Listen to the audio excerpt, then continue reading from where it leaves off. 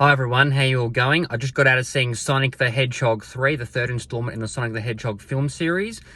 So what did I think of the movie? I had a blast. I thought it was very, very good, very, very entertaining. Not perfect. I'll start off by saying as well, I like the previous two movies. I don't love them personally. I'll just put this light on for a minute. Yeah, I like the previous two films. I think they were solid. I think the first movie was pretty solid. The second movie I also really enjoyed, but I didn't think the first two movies were fantastic. This movie, would I call it fantastic? Again, I don't know if I'd call it fantastic. What I will say though, it is by far the best installment of the trilogy so far, because I know they just announced Sonic 4 as well. The action scenes were fantastic. The humor was great. Jim Carrey, once again, fantastic as Robotnik, and also as Robotnik's grandfather, Gerald. They actually do make a funny they do break the fourth wall in one scene regarding Jim Carrey actually playing both characters, so it was pretty funny.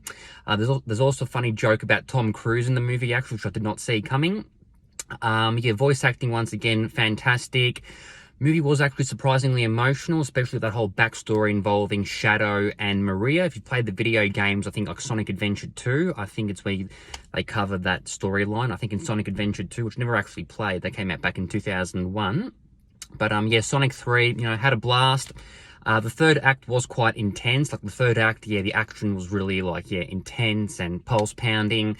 So really enjoyed that. There were a few scenes in which I think there could have been a little bit less humor, whereas I think there were a couple of scenes where it could have been like maybe a bit more emotional had it not been for so much, from saying so many jokes during that scene. Like, I just think a couple of scenes, there could have been a few less jokes, and I think the emotion would have hit better in those scenes.